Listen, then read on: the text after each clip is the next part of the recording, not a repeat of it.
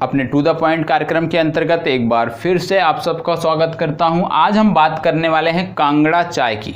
अब कांगड़ा चाय आज के लिए हमने टॉपिक क्यों लिया है उसके बारे में हम डिटेल से जानेंगे, लेकिन उससे पहले मैं बार बार कहता हूं, यदि आपको अच्छा लगता है हमारा ऑडियो आर्टिकल वीडियो प्रोग्राम तो प्लीज़ लाइक शेयर और कमेंट अवश्य किया करें। तो चलिए देख लेते हैं कांगड़ा चाय की चर्चा क्यों की जा रही है।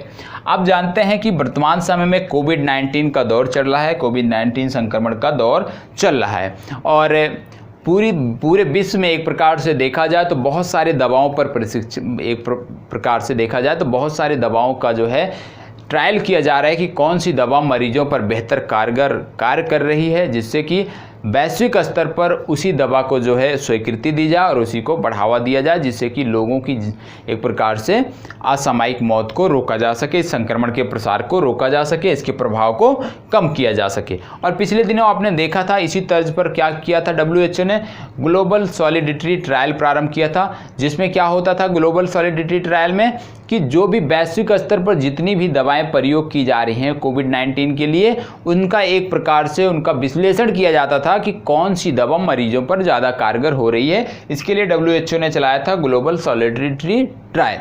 तो इसी से मिलता जुलता कुछ आज का भी प्रश्न है। आज का जो हमारा प्रश्न है ये हमारा एक संस्थान है, नाम है हिमालयन जैव संपदा प्रौद्योगिकी संस्थान। याद रखिएगा नाम इसका, हिमालयन जैव संपदा प्रौद्योगिकी संस्थान।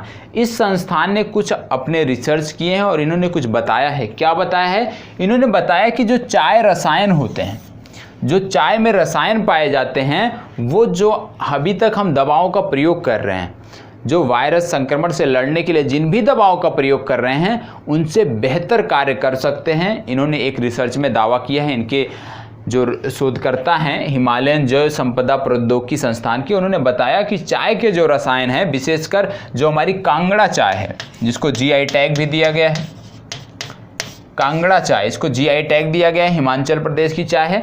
तो इसको जो है इन्होंने बात किया, इन्होंने बताया कि यदि इस चाय रसायन की बात किया जाए, चाय रसायन को मरीजों को दिया जाए तो निश्चित तौर पर ज़्यादा तेज़ी से सुधार देखने को मिलेगा। तो इसी परिप्रेक्ष्य में कांगड़ा चाय और ये रसायन हमारी चर्चा में आ गया है। तो आप सब जानते होंगे कि वैश्विक स्तर पर क्या किया जा रहा है, हाइड्रोक्सी क्लोरोक्विन दिया जा रहा है, लोपिनाविर रिटोनाविर दिया जा रहा है, रेमडेसिविर दिया जा रहा है। ये जो 3 दवाएँ हैं, 4 दवाएँ हैं, ये प्रमुख रूप से मरीजों को उपलब्ध कराई जा रही है। भारत की यदि बात करें तो भारत की जो ये एड्स की दवा है, यही हाइड्रोक्सी क्लोरोक्विन से ज़्यादा कारगर दवा यही हो रही है, इसी से ज़्यादा मरीज ठीक हो रहे हैं, संक्रमण लोगों का दौर हो रहा है। तो भारत के परिप्रेक्ष्य में लोपिनाविर और रिटोनाविर अच्छी काम कर रही हैं। आप जानते हैं रेमडेसिविर की जब हम बात करते हैं तो अमेरिका ने अभी हाल ही में अपने गंभीर मरीजों के लिए इसकी स्वीकृति दी थी कि जो गंभीर अवस्था में जिनकी बचने की कोई संभावना नहीं है, लास्ट स्टेज है, तो वहाँ पे रेमडेसिविर का प्रयोग किया जा सकता है। जापान निर्मित एक दवा है, जापान की कंपनी ने बनाया है। इबोला के लिए इसका परीक्षण हो चुका है, इबोला के लिए भी कारगर माना जाता था। तो 3 दवाएं 4 दवाएं जो चल रही हैं, जैसे हाइड्रोक्सी क्लोरोक्विन, लोपिनाविर, रिटोनाविर और रेमडेसिविर, इसमें सबसे ज़्यादा जो प्रयोग किया जा रहा है भारत में लोपिनाविर और रिटोनाविर का किया जा रहा है, जबकि हाइड्रोक्सी क्लोरोक्विन जो है इसका प्रयोग अन्य देश कर रहे हैं। और हाइड्रोक्सी क्लोरोक्विन का जो 70% वैश्विक उत्पादन का 70% भारत में ही होता है। ज़्यादातर इसका जो निर्यात किया जा रहा है वो भारत सरकार द्वारा ही किया जा रहा है। अब जब इन सब के बीच जो ये रिपोर्ट आई है, ICMR ने भी, Indian council of medical research ने भी बताया है कि ये कारगर हो सकता है। जो चाय रसायन होते हैं ये निश्चित रूप से कोरोना से निपटने में, मतलब संक्रमण के खिलाफ बहुत ही बेहतर ढंग से कार्य करते हैं। तो हो सकता है आने वाले समय में, हो सकता है आने वाले सप्ताह में, आने वाले महीनों में भारत में कांगड़ा चाय का प्रयोग किया जाए। कांगड़ा चाय का प्रयोग, इनकी चाय रसायनों का प्रयोग कोविड-19 मरीजों के ऊपर किया जाए।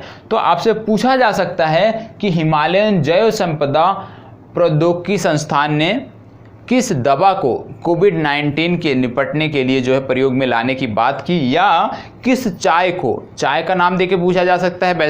एक प्रश्न बन सकता है कि कौन सी, भारत की कौन सी ऐसी चाय है, भारत के किस राज्य की चाय है जो कोविड-19 मरीजों से निपटने के लिए प्रयोग में लाई जा सकती है। ICMR ने इसकी स्वीकृति दी है। तो आपको पता होना चाहिए कहाँ की है, कांगड़ा चाय है, इसको GI टैग भी मिला है। और आपको पता है भारत में दार्जिलिंग चाय है जो पश्चिम बंगाल की थी उसको भी जीआई टैग मिल चुका है। तो जो आज का हमारा टॉपिक था, छोटा टॉपिक था लेकिन बहुत ही काम की चीज़ थी, क्योंकि हमारे जो जिस संक्रमण के दौर से हम गुजर रहे हैं इसमें कोई भी प्रश्न हम इग्नोर नहीं कर सकते हैं, जो संक्रमण से जुड़ा हो, जो दवाइयों से जुड़ा हो, जो वायरस से जुड़ा हो। तो कोविड-19 से संबंधित जो भी घटनाक्रम है उस पर आपको नज़दीकी नज़र बनाए रखनी है, छोटी छोटी बातों की, भले ही 1 ही मिनट में, लेकिन आपने 1 मिनट में ज़रूर कुछ सीखा होगा। यदि अच्छा लगा हो तो प्लीज़ लाइक, शेयर और कमेंट अवश्य करिएगा। इसी तरह से निरंतर हम आपके साथ जुड़े रहेंगे और इसी तरह से ज्ञानवर्धक चीज़ें आप तक पहुँचाते रहेंगे। तो यहीं पर अपनी चर्चा समाप्त करते हैं। नमस्कार, धन्यवाद।